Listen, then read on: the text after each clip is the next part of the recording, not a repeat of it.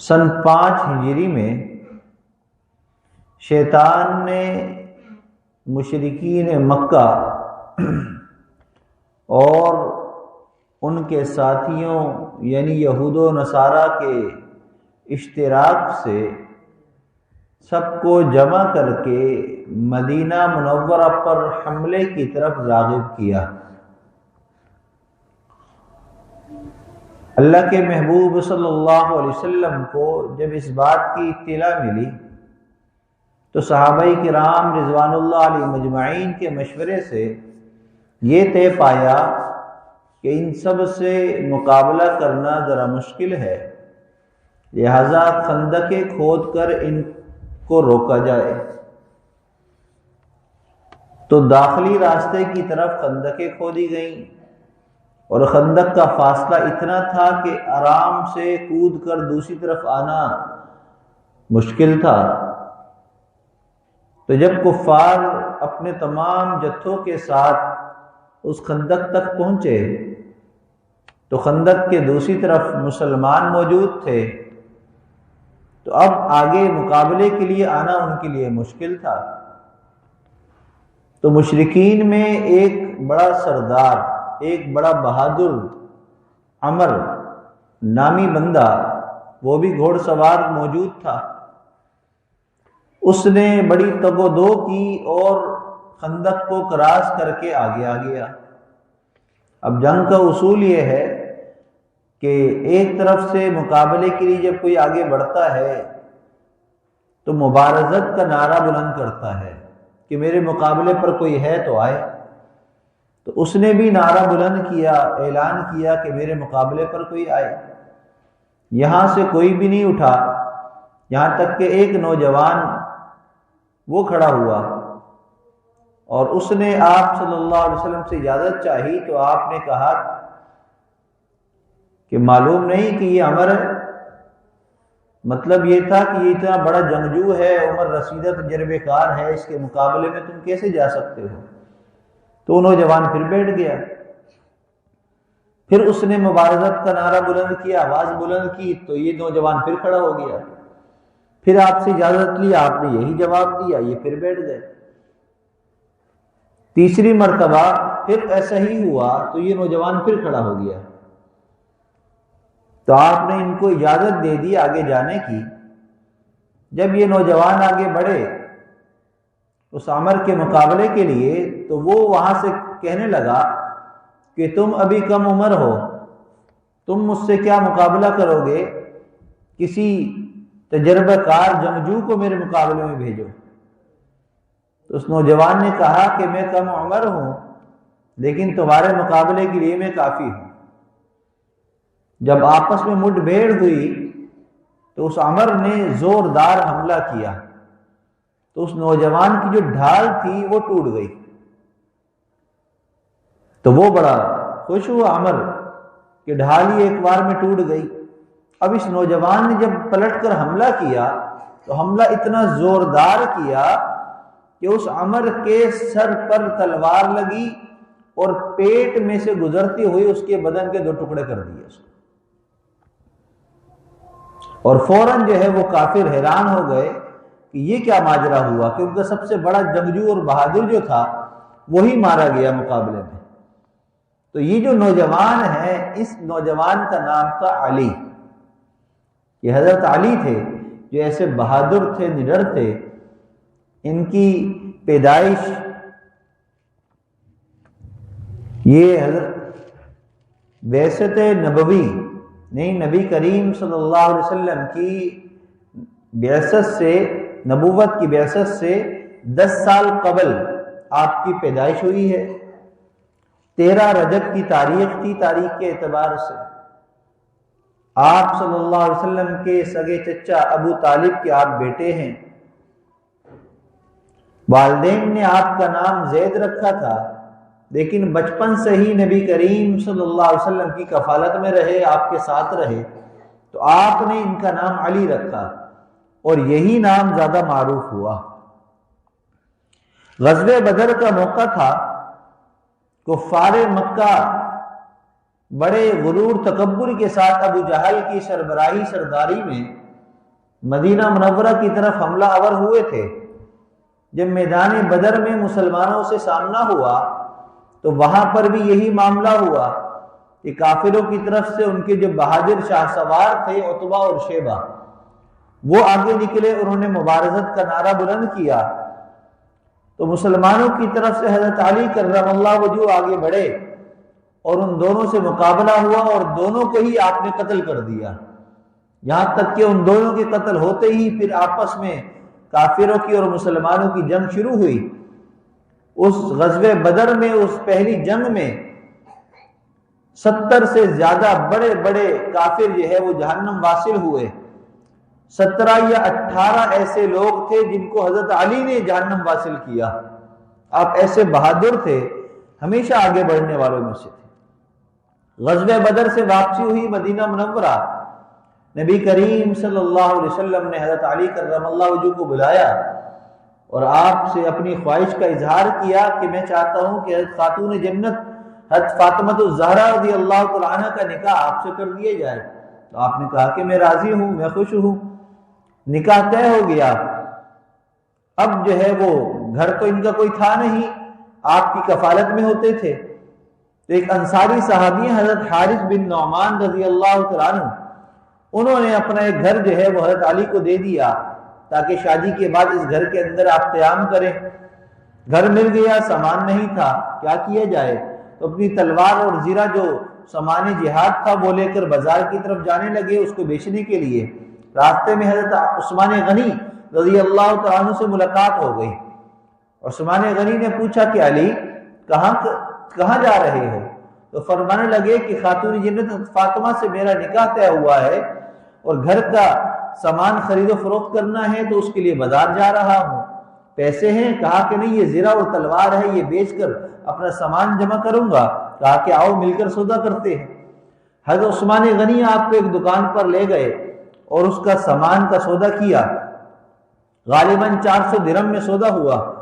تو حضرت عثمان غنی رضی اللہ تعالیٰ عنہ نے 400 درہم اپنی جیب سے نکال کے حضرت علی کو دیے اور آپ کا زرہ اور سامان بھی آپ کو بطور تحفتاً نکاح کے تحفے میں آپ کو دے دیا۔ واپس سامان بھی واپس مل گیا اور آپ کو پیسے بھی مل گئے۔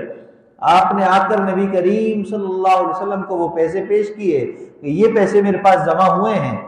تو اس پیسوں سے گھر کا سامان خریدا گیا، جس میں یہ چمڑے کا تکیہ تھا اور 2 چکیاں تھیں، 2 مٹکے تھے اور اس کے علاوہ چادر بچھانی چرپائی، ایک بان کی چرپائی تھی، مختلف جو گھر کا سامان ہے، پانی کا، کھانے پینے کے برتن ہیں، چرپائی ہے، یہ خریدا گیا ان کے گھر کے لیے۔ تو اس طریقے سے حضرت علی کرم اللہ وجہہ کی شادی جو ہے فاطمہ الزہرا رضی اللہ تعالیٰ عنہ سے ہوئی۔ اب یہاں پر ایک نقطے کی بات یہ ہے کہ حضرت فاطمہ الزہرا رضی اللہ تعالیٰ عنہ کا جو یہ سامان خریدا گیا، آپ کو یہ سامان دیا گیا، تو بہت سارے لوگ یہ سمجھتے ہیں کہ یہ جہیز تھا، حالانکہ یہ جہیز نہیں تھا۔ جیسے میں نے بتایا کہ حضرت علی کرم اللہ وجہہ کے پیسے تھے، چونکہ آپ کی کفالت میں ہوتے تھے، انہوں نے اپنے پیسے آپ کو دے دیے، تو آپ کے ہی پیسوں سے وہ سامان خریدا گیا تھا۔ نبی کریم صلی اللہ علیہ وسلم کی طرف سے کوئی جہیز کا سامان نہیں دیا گیا تھا۔ حضرت علی نے اپنی شادی کا سارا انتظام خود کیا تھا، انہی کے پیسوں سے سامان خریدا گیا تھا، انہی کو مکان ایک صحابی نے دیا تھا اور انہوں نے ہی سارا حق مہر کے پیسے کا بھی انتظام کیا۔ تو معلوم یہ ہوا کہ جہیز یہ آج کل کے دور کے اندر ایک بہت بڑی لعنت بن چکی ہے۔ بعض دفعہ ماں باپ جہیز تیار کرتے کرتے اتنا عمر گزار دیتے ہیں کہ بچی جو ہے وہ بوڑھی ہو جاتی ہے، اس کی عمر گزر رہی ہوتی ہے جہیز کے چکر میں، اور بعض ایسے بدبخت لوگ ہوتے ہیں جہیز کا مطالبہ کرتے ہیں۔ تو ہمیں یہ سوچنا چاہیے مرد حضرات کو اپنی شادی کرتے ہوئے کہ جہیز کا مطالبہ کرنا یہ جہیز کی لعنت کو فروغ دینے والی بات ہے اور اللہ کے محبوب صلی اللہ علیہ وسلم اور اللہ تعالیٰ کو ناراض کرنے والی بات ہے۔ یاد ہے اس عمل سے اپنے آپ کو ہمیں بچانا چاہیے، جہیز کے لین دین سے اپنے آپ کو بچانا چاہیے۔ جو لڑکی والے سمجھدار لوگ ہیں، دیندار ہیں، دین کی اس بات کو سمجھتے ہیں، تو وہ کوشش یہ کریں کہ ایسی جگہ نکاح طے کریں جہاں جہیز کا مطالبہ نہ ہو، اور وہ جہیز دینا بھی چاہتے ہیں تو نہ دیں۔ اور لڑکا شادی کے موقع پر اس بات کا اہتمام کرے کہ وہ پہلے سے یہ شرط لگائے کہ میں کوئی جہیز نہیں لوں گا، تو تب جا کر اس رسم کو ہم ختم کر سکتے ہیں اور معاشرے میں اس برائی کو ہم مٹا سکتے ہیں۔ اسلام برائیوں کو ختم کرنے کی دعوت دیتا ہے، اسلام میں شرک کو ختم کرنے کے پیغام موجود ہے، توحید کی دعوت کا پیغام موجود ہے۔ تو یہ اسلام کی تعلیمات ہیں، اس کو جب تک مسلمان اپنائیں گے نہیں پریشان ہی رہیں گے۔ اگر ہم اپنی پریشانیاں ختم کرنا چاہتے ہیں، اپنی زندگیوں کا سکون چاہتے ہیں، تو ہمیں ان تمام رسومات سے، جہیز کی لعنتوں سے اور ایسی بدعات سے اپنے آپ کو بچانا پڑے گا، پھر جا کر دین اسلام کی تعلیم کا رنگ ہمارے اوپر آئے گا۔ ورنہ ہم ایک کان سے دین کی باتیں سنیں گے اور دوسرے کان سے نکل جائیں گی، بدن پر وہ چیزیں ظاہر نہیں ہوں گی۔ حضرت علی کرم اللہ وجہہ بہت بہادر تھے، آپ کے بے شمار واقعات ہیں۔ عدل و انصاف کا ایک واقعہ کتابوں میں یوں لکھا ہے کہ دو عورتیں آپ کے پاس آئیں غلے کے لیے۔ ایک عربی عورت تھی آزاد، اور ایک اس عربی عورت کی آزاد کردہ باندی تھی، کیونکہ وہ پہلے باندھی رہی تھی، تو وہ دونوں آئیں آپ کے پاس غلے کے لیے۔ تو آپ نے 63 من غلہ اور 40 درہم جو ہے ان دونوں کو دیے، دونوں کو برابر برابر مال دیا، غلہ دیا، پیسے بھی اور غلہ بھی۔ تو جو باندھی تھی وہ تو لے کر چلی گئی، جو وہ آزاد عورت تھی، عربی تھی، وہ کہنے لگی حضرت علی سے کہ امیر المومنین، کہ وہ باندھی تھی اور میں آزاد عورت ہوں، اور آپ نے اس کے برابر ہی مجھے غلہ دیا ہے۔ تو حضرت علی نے بڑا بہترین جواب دیا، عدل و انصاف اگر ہمیں دیکھنا ہے تو خلفائے راشدین کے فیصلوں میں دیکھیے۔ آپ نے تاریخی فیصلہ کیا، آپ نے کہا کہ میں نے قرآن و حدیث کو غور سے پڑھا اور دیکھا، لیکن قرآن میں کہیں پر بھی میں نے اولاد اسماعیل کو اولاد اسحاق پر فضیلت نہیں دیکھی، میں نے برتری نہیں دیکھی۔ کہنے کا مقصد یہ تھا کہ میں نے کسی کو اوپر نیچے خاندان کے اعتبار سے دیکھا نہیں، لہذا مسلمان ہونے کے اعتبار سے تم دونوں برابر ہو، تو میں نے برابر برابر غلہ دے دیا۔ تو حضرت علی کرم اللہ وجہہ کے فیصلے بڑے معروف ہیں۔ ایک سفر میں دو نوجوان سفر میں ساتھ تھے، اب وہ کھانے کا وقت ہوا، کھانے کے لیے بیٹھے، تو ایک کے پاس جو ہے وہ 5 روٹیاں تھیں اور دوسرے نوجوان کے پاس 3 روٹیاں تھیں۔ دونوں کھانے کے لیے بیٹھے تھے کہ ایک اور نوجوان گزرا، اس کے پاس کھانا نہیں تھا، تو دونوں نے اس کو دعوت دی کہ آپ ہمارے ساتھ کھانے میں شریک ہو جاؤ۔ تو وہ بھی آپ کے ساتھ کھانے میں شریک ہو گیا، 3 افراد نے مل کر کھانا کھایا۔ اب وہ جو شریک ہوا تھا اس نے جاتے ہوئے 8 درہم ان دونوں کو دیے اور چلا گیا کہ مجھے آپ نے کھانا کھلایا، اکرام کیا، تو اس نے تحفتاً ہدیتاً ان کو کچھ درہم دے دیے۔ جب 8 درہم ان کو ملے تو ان دونوں نے کیسے تقسیم کیا؟ تو جس کی 5 روٹیاں تھیں وہ کہنے لگا کہ میری 5 روٹیاں تھیں تو 5 درہم میں لے لیتا ہوں، آپ کی 3 روٹیاں تھیں تو 3 درہم میں آپ کو دے دیتا ہوں۔ تو جس کو 3 درہم ملے تو وہ کہنے لگا کہ نہیں، میں اس پر راضی نہیں ہوں۔ کس پر راضی ہو؟ میں چاہتا ہوں برابر، 4 آپ لو 4 مجھے دو۔ اس نے کہا یہ کیسے ہو سکتا ہے، 5 روٹی میری ہے، 3 آپ کی ہے، تو 5 میری زیادہ تھی تو میں 5 درہم لوں گا۔ بہرحال دونوں فیصلہ کرانے حضرت علی کے پاس پہنچ گئے۔ تو حضرت علی کرم اللہ وجہہ نے دونوں کی بات کو سنا، تو پھر آپ کہنے لگے اس 3 درہم والے سے کہ بھئی دیکھ، یہ 3 درہم جو تمہیں دے رہا ہے یہ لے لو، قبول کر لو۔ اگر تم قبول نہیں کرو گے تو تمہارا حق تو صرف 1 درہم کا بنتا ہے۔ اب وہ حیران، کہنے لگا آپ مجھے سمجھا دیجئے کیسے؟ حضرت علی کرم اللہ وجہہ نے فرمایا کہ دیکھو، روٹیاں کتنی تھی؟ 8، درہم کتنے ہیں؟